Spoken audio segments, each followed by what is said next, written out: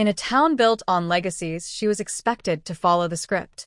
But in 2025, Dakota Johnson made a choice to rewrite her own. This is the story of a Hollywood heir who refused to be defined by her name. She was born into a world where the camera was always rolling. Long before Dakota Johnson ever stepped onto a film set, her life had already been framed, observed, and cataloged by the glare of Hollywood. As the daughter of Don Johnson and Melanie Griffith, and the granddaughter of Tippi Hedren, her childhood unfolded in the soft shadow of legendary names. Photographers knew her before she knew herself. At red carpets, she stood between adults who embodied glamour, expectation, and history, a dynasty of stars whose successes were stitched into Hollywood's DNA. Yet fame is never inherited without cost. Dakota grew up watching the beautiful and complicated dance between the spotlight and the soul. She witnessed the applause, the pressure, the fragility that fame can carve into a family. And as she matured, she understood the legacy she carried, a name that could open doors but also one that could swallow someone's individuality whole. When Dakota entered the industry, many believed they already knew who she was destined to be. And then came 50 Shades of Grey, the global phenomenon that launched her into an orbit few actors experience so suddenly. Overnight, she became a household name.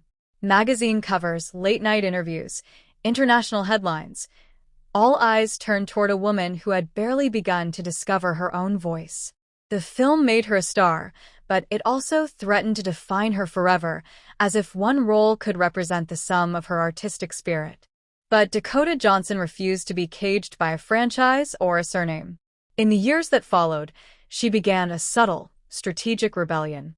While the world expected blockbusters, she pivoted to roles that were strange, intimate, challenging, and deeply human.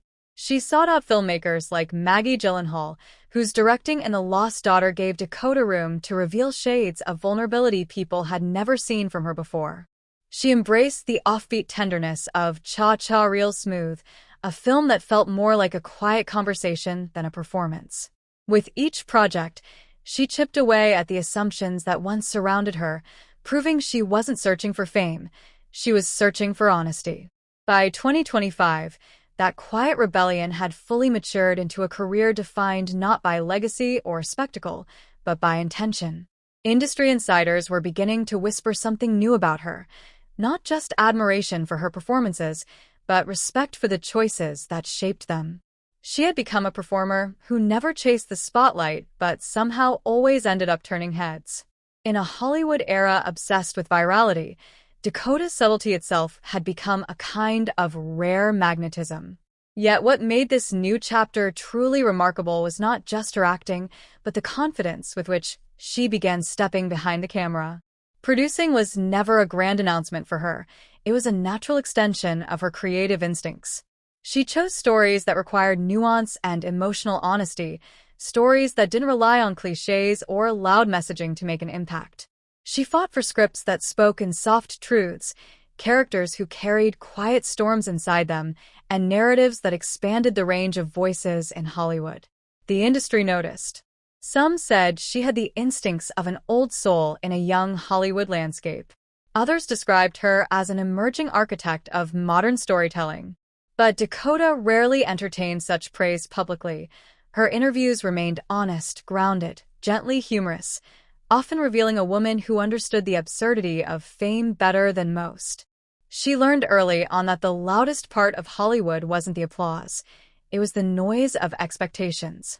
And so she mastered the subtle art of keeping herself intact, making selective appearances, maintaining pockets of privacy, and refusing to turn her life into a performance. That authenticity became her signature. Fans loved her dry wit, the quiet rebellion in her eyes during interviews, the way she never overplayed her charm. She moved through fame with an elegance that didn't require attention. She simply earned it. Her influence, too, began stretching beyond cinema. Dakota's style, a unique harmony of effortless bohemian softness and timeless classicism, became a cultural reference point. Fashion houses adore her not because she chased trends, but because she seemed immune to them.